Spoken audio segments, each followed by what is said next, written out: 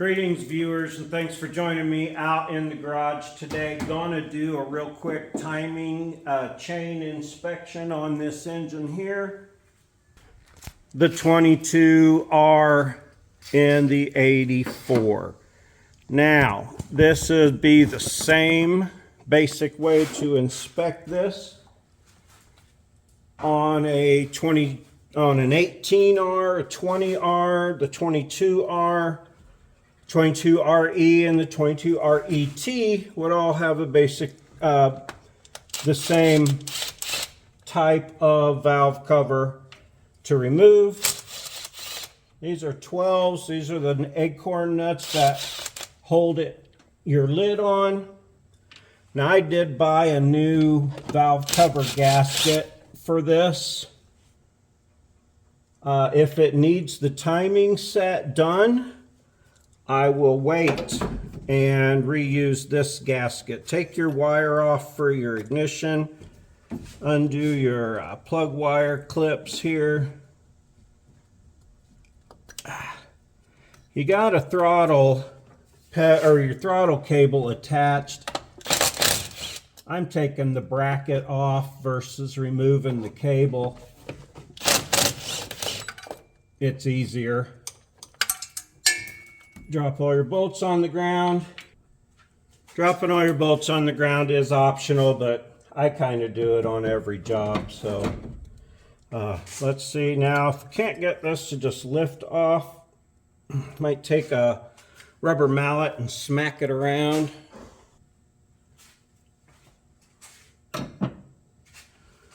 And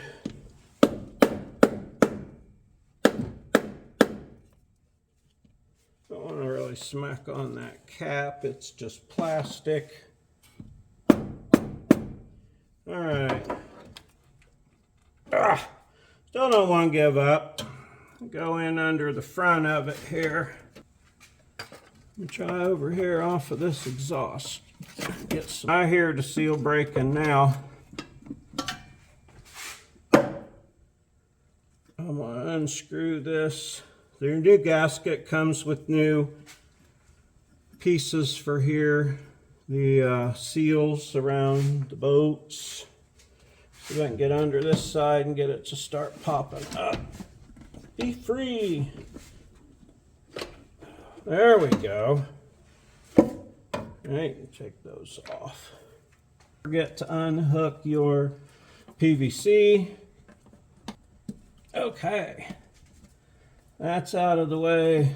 Okay, now that you've successfully removed all that and got the seal broke loose everywhere, you might need to bend that out of the way a little bit. Your vacuum line, the hard line part.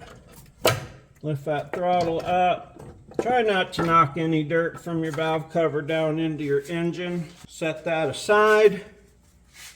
Ooh and ah for a moment at how impressed you are with how clean this motor looks at 240,000 miles, and the oil was really dirty when I brought it in.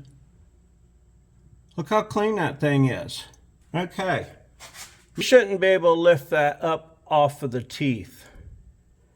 That just barely has any movement to it. Now, we can take our light, look down in for your plastic guides that run along the side there.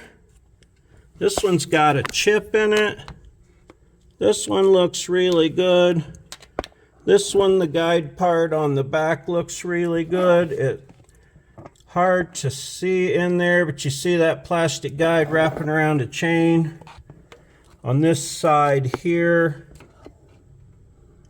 it's both pieces of it. Can you see that down there between the light and the chain? That's the guide. The guide looks good. The chain doesn't have any excess up and down play in it. I mean, it's got a little, but it's not much. Next thing I can do for it is with my pry tool, wipe it off. The tensioner is on this side here. Oh yeah, you can pry the chain off the tensioner. That has almost no slop in it whatsoever. If you go down the other side, that's maybe got some more slop in it than I thought. Let's see if it can show you that. Now again, it's not running. The guides are good. I'm not going to change it right away, most likely. Actually, that guide is loose down there, which means it's probably broken. Chain has some slap in it. I am going to change that soon. Just doing the lift test wasn't enough. Having a guide that's loose, which means it's broken or cracked, and that chain's got a lot of slop in it. So I'm gonna go ahead and do that. How I got it is 50 bucks, and that's cheap insurance against a problem. So I'm gonna slap that valve cover back on, and we'll do the timing set later. All right, so that was quick, that was easy. Make your own decision. I'm gonna change it, even though both of the guides are still there and look good, and there's not a lot of lift off of the gear. I'm gonna put it on the to-do soon list, but I'll do the clutch and the brakes and everything else and get it going well first. All right, look forward to the timing belt or timing chain video on the mini truck. I'm super happy to have this mini truck. I mentioned in one video, it might be sold. I got a guy, every time he comes to pick up stuff, he tries to buy this off of me.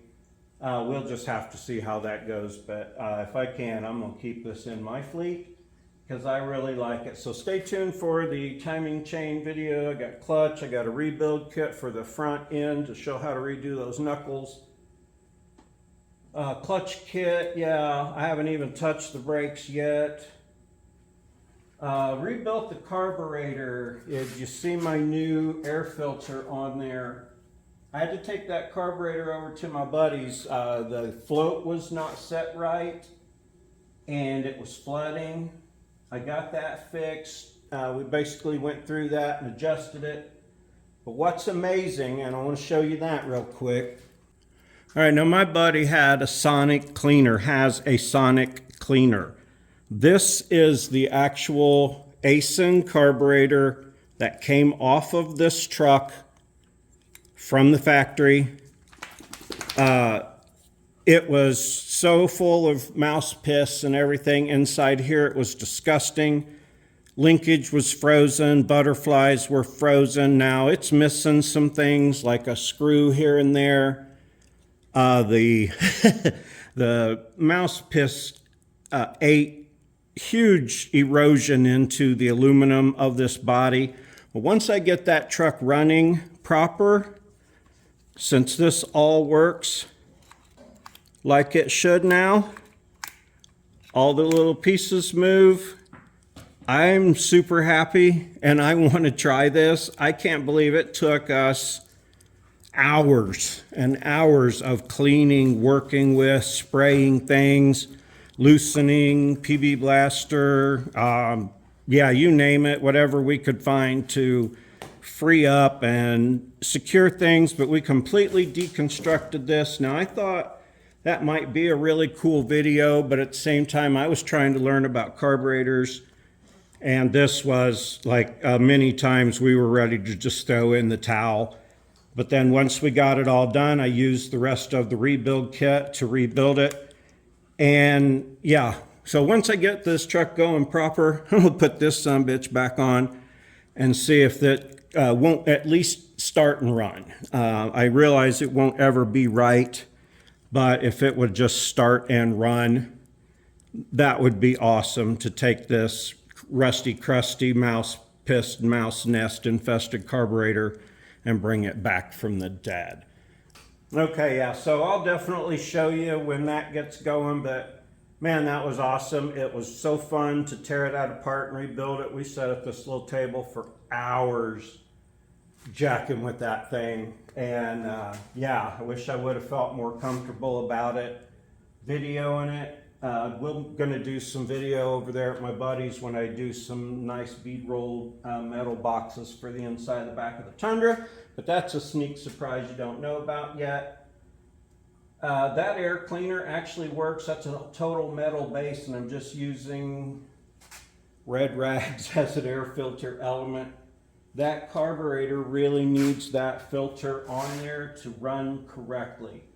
Appreciate you joining me out here today for a little bit on this. Hope you enjoyed this video. Please like, subscribe, check the link, click a bell, leave a comment, do a super thanks, whatever you want to do. I appreciate you. It's all free, easy, and painless except the super thanks, and that's all totally optional. So super thank you for joining me out here today. Have a really great day.